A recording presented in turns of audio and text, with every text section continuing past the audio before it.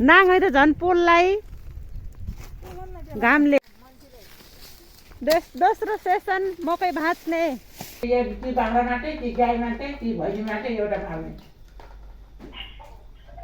कति सकेको र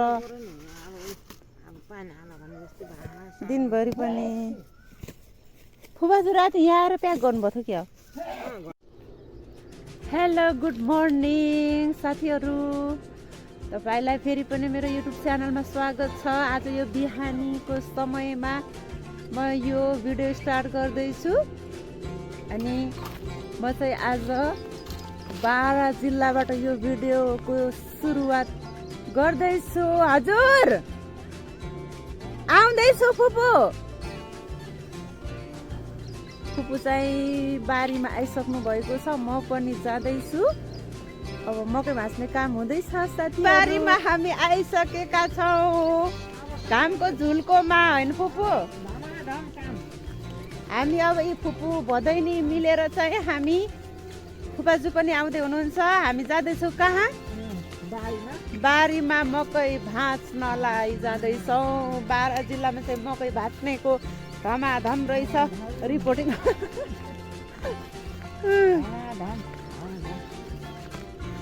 अनि तुवालो हो कि के लाग्दैछ बिहान? झनै घाम चाहिँ लागेको छैन। बिहानको त्यो तुवालो लाग्दैछ। यो चाहिँ यो मधेसको विशेषता पनि हो कि जस्तो लाग्छ कि डुम्म गर्ने, पानी आउने। पहाडतिर चाहिँ के हुन्छ भने छ्याङ्ग हुन्छ होइन, सफा। अनि ठ्याक्क घाम लाग्ने समयमा घाम लाग्छ, घाम अस्ताउने समयमा घाम अस्ताउँछ। तराईमा चाहिँ फेरि के दिन के बिहान के रात उस्तै जहिले पनि समय त्यस्तो हुन्छ कि साथीहरू। त्यो कुरा हजुरहरूलाई अवश्य पनि थाहा छ। डेन्जर कसिनुहुन्छ उहाँहरू त काममा त फेरि डेन्जर। जब सुरु गऱ्यो भने जुनसुकै काम होस् यस्तो खतरा तालले गर्नुहुन्छ। नगरी काम पुगेन खान भन्।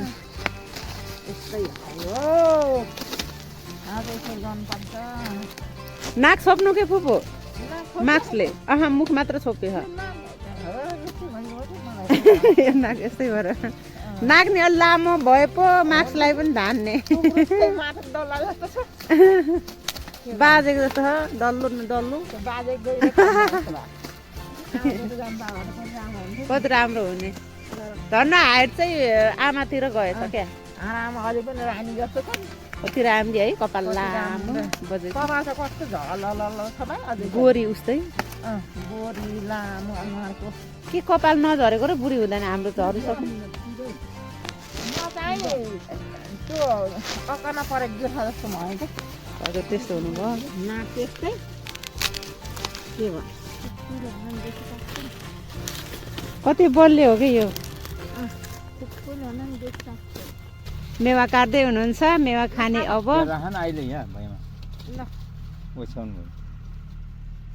कस्तो रातो कलरको रहेछ मेवा नि। मिठो होला जस्तै है। यो पक्कै नै मिठो छ भन्ने हामीलाई लागिरहेछ।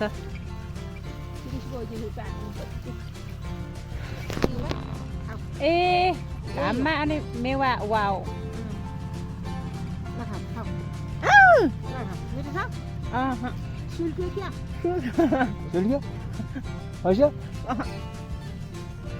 सुल्क्यो क्या सुल्क्यो।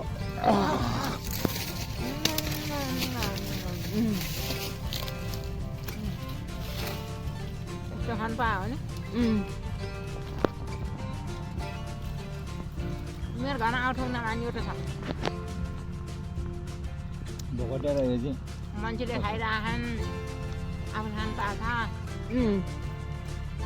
कुकुर त्यही म्याएको जना जान बोलाउनु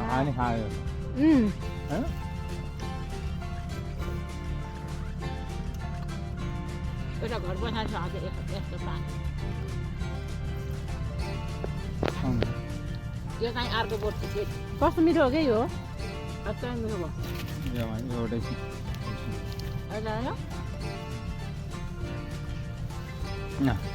त्यो घर बनाउने मान्छेले दुईटै सबै सबै पाक्न पनि अति पाकेको के त्यो दुईटा बोटमा त यो कस्तो छ हेर मिठो होला नि हो नि यो बुढो बुटाको हो गाई भन्नु गाइस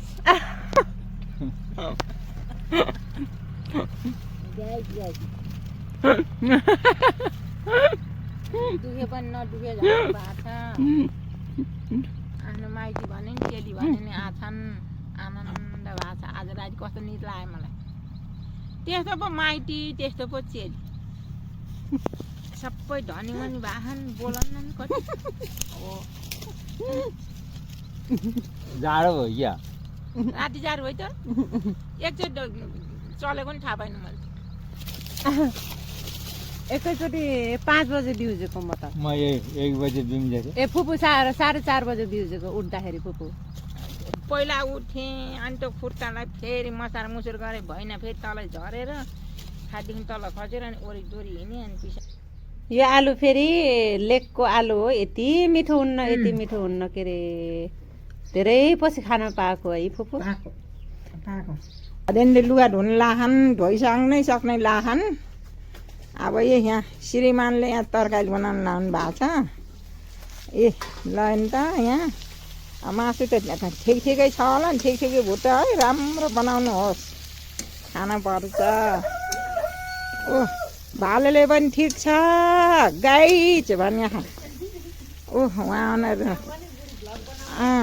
यस्तो हो यस्तो छ यस्तो रमाइलो त छ है दिउँसो त राति कहिले नानीलाई त राति के दिउँसो के सुनसान हुन्छ तर मलाई यहीँ छ है बजार काठमाडौँ बजार र रमाइलो मलाई यहीँ छ यहाँ कुकुर सुत्याछन् ओ त्यहाँ ओइ धानको के को पोका पोकी छ अब पोका पोकी राख्ने ठाउँ के गर्ने यस्तै हो ओ अचार पनि बनाउनु लाग्यो क्या अहिले नहाल है म गर्छु त्यसमा त्यो टमाटर समटर अहिले हाल्दैन म गर्छु बनाउँछु ओ त्यसरी खाने हो कि ढिलो भए पनि मिठो खाऊँ भनेर आज खै मासु पनि ढिलो ल्याइदिया वाउ के को अचार हो यो टमाटरको अचार मिठो नभए नि मिठो गरी खानुपर्छ है सही मिठो छ यो हस् हस् ओके ओके कहाँ गयो क्या यो बुढो पनि आऊ है खाना 12 बजे मन्दिर खाजा खाने बेला भइसक्यो हाम्रो चाहिँ बजे होइन 12 बजे बन्नु आयो 11 बज्यो के ल ल आऊ है यहाँ झिँगाले हौदाखेरि हो ल ल ल आयो ल खानु त ल खाए फुपाजुले आउनु म त्यही बस्ने हो यहाँ एकैछिन हो एकैछिन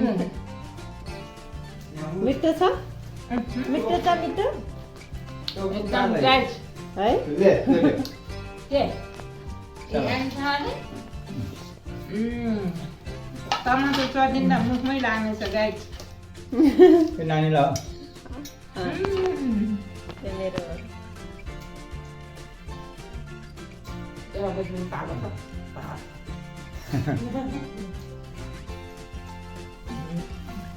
हेलो गाई म तिमीहरूलाई म 1 मुठी 2 मुठी घाँस काटिदिन्छु ल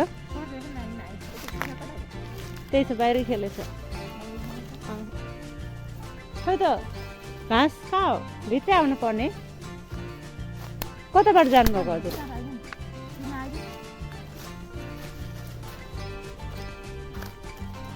आउने काट्ने हो कि घाँस त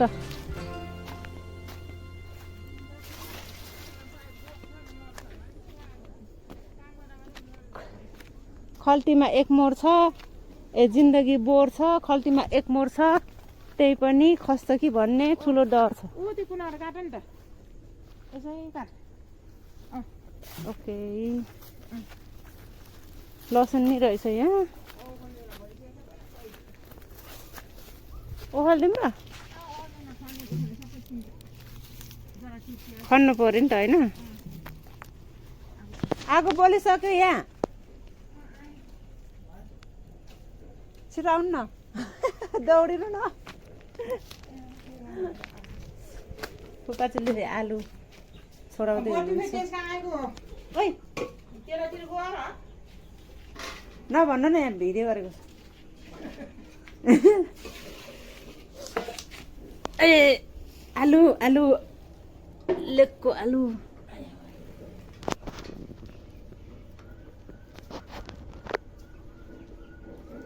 आगोमा पकाएको खान पाइन्छ यहाँ त त्यही भएर मिठो भएको हो कि बेसरी मिठो हुन्छ यहाँ अति मिठो हुन्छ यहाँ फेरि खानेकुरा यसरी आगोमा मेहनत गरेर पकाउनुहुन्छ नि त ल साथीहरू दिनभरिको काम गराए पश्चात चाहिँ अब बेलुकाको यो तरकारीहरू काट्दै हुनुहुन्छ हाम्रो फुपाजुले त्यो कुकुरलाई के भयो दौडेर गयो अब यो बेलुकीको समय ऊ आगोमा चाहिँ भात पकाउँदै हुनुहुन्छ अनि यहाँ चाहिँ तरकारी काट्दै हुनुहुन्छ ल यति भन्दै चाहिँ आजको भिडियोलाई चाहिँ म यही टुङ्ग्याउँछु हस् त धन्यवाद सबैलाई हेरिदिनु भएको लागि बाई बाई फुपाजु बाई बाई भन्नु बाई बाई यता हेरेर बाई बाई भन्नु बाई बाई